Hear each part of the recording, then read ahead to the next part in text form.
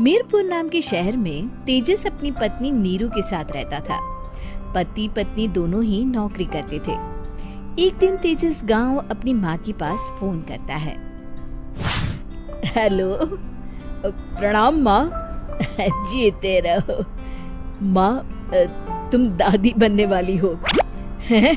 अरे वाह, ठीक है बेटा, मैं कल ही आती हूँ। जब माँ जी शहर पहुंची तो बेटे बहू ने बहुत अच्छे से स्वागत किया। लीजिए माँ जी चाय। अरे गर्मा गर्म पकोड़े ले आओ माँ के लिए। नीरू रसोई में गई और 2 मिनट में ही पकोड़े ले आई। जी ये लीजिए। बहू जादू से बनाए हैं क्या? अभी तो रसोई में गई थी। यम्मी।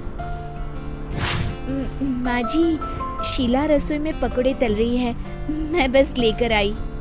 हे भगवान, मेरा धर्म भ्रष्ट कर दिया तूने। अब तो गंगा जल से शुद्धिकरण करना होगा। दूसरे दिन, माँ जी मैंने नाश्ता बना दिया है, ऑफिस जा रही हूँ। पर अभी तो घर का सारा काम पड़ा है। शीला आती ही होगी, झाड़ू पोछा बर्तन कपड़े वो सब कर लेगी। हमारे जमाने में घर का सारा काम हम ही करते थे। जी माँ जी, आप बहुत होशियार हैं, मैं घर ऑफिस दोनों नहीं संभाल पाती। तो जरूरत क्या है घर से बाहर जाकर चाकरी करने की? वैसे भी घर का काम खुद करने से घर में बरकत आती है, समझी? पर माँ जी, पर वर कुछ नहीं, इस महीने की पगार मिले फिर ऑफिस बंद। हाँ। रात को नीरू तेजस से कहती है, सुनिए जी, माँ जी बोल रही थी कि मैं नौकरी छोड़ दूं। वैसे ठीक ही तो है, अभी तुम्हें आराम की जरूरत है। फिर भी आराम कहाँ, शीला को छुड़ाने के लिए बोल रही थी। तो अब 24 घंटे में इतना काम तो कर ही सकती हो। पर जॉब पसंद है मुझे, घर पर मन नहीं लगेगा। अगले दिन जब दोनों ऑफिस के लिए निकल रहे थे, मेरी तो कोई कीमत ही नहीं है इस घर में। माँ जी, आजकल महंगाई बहुत है, रहन सहन भी बदल गया है, दोनों नौकरी करते हैं तभी ठीक रहता है। अच्छा, तू कहना क्या चाहती है? मेरा बेटा तुझे बिठा के खिला नहीं सकता? तू ही इस घर का खर्च चला रही है, हैं? नहीं माँ जी, मेरा वो मतलब नहीं था। मतलब खूब समझती हूँ, ये बाल धूप में सफेद नहीं किए मैंने। हाँ। अब तो ये रोज का काम हो गया था। तेजस भी रोज की झिकझिक से परेशान हो गया था। एक दिन उसने कहा, नीरू, वैसे भी तुम्हें मैटरनिटी लीव मिलने वाली है, तो अभी से ही छुट्टी ले लो। पर क्या, मेरी सैलरी अच्छी खासी है। आखिर नीरू ने रिजाइन कर दिया। जब बच्चा हुआ तो घर में सब बहुत खुश हुए। कुछ दिनों बाद तेजस फाइल देख रहा था। क्या हुआ तेजस, कुछ परेशान लग रहे हो? अब हाँ, वो हमारी जितनी सेविंग्स थी वो तो हॉस्पिटल में और छठी के फंक्शन में खत्म हो गई है नीरू।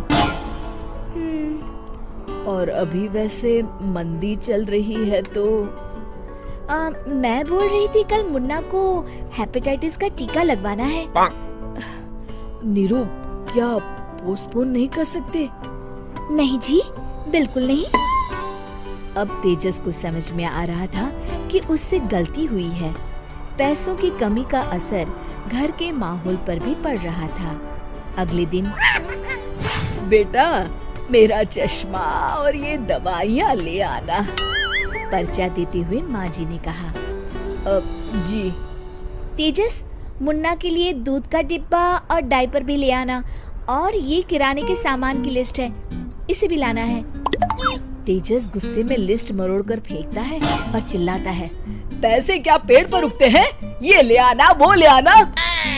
अरे पर ये जरूरत का सामान ही है। वो गुस्से में बिना कुछ कहे ऑफिस चला गया। अरे लंच तो ले जाइए। नीरू दौड़कर डिब्बा पकड़ाती है एक दिन खाना खाने के बाद, नीरू, अब तो मुन्ना कुछ बड़ा हो गया, तो अब तुम वापस ज्वाइन कर लो ना जॉब। पर इस रिसेशन में जॉब मिलना बहुत मुश्किल है। ट्राई तो करो। फिर मुन्ना, माँ जी है ना, और एक फुल टाइम मेड भी लगा लेंगे। पर माँ जी, उन्हें तो पसंद नहीं। तभी माँ जी वहाँ आ जाती है और प्यार से नीरू के सर पर हाथ फेरते हुए बोलती है, अब मेरी समझ में आ गया बहू, पहले के और अब के समय में अंतर है। तुम काम शुरू करो, मुन्ना की जिम्मेदारी मेरी। मेरी प्यारी माँ जी। ये कहकर नीरू उनके गले लग गई। शिक्षा, परिवर्तन संसार का नियम है, हमें भी समय के साथ चलना चाहिए। उम्मीद है कि आपको हमारी ये कहानी पसंद आई होगी। कृपया हमारे चैनल को सब्सक्राइब करें और सभी अपडेट्स के लिए बेल आइकन जरूर क्लिक करें। और हाँ, वीडियो लाइक और शेयर करना मत भूलिएगा। Bye bye.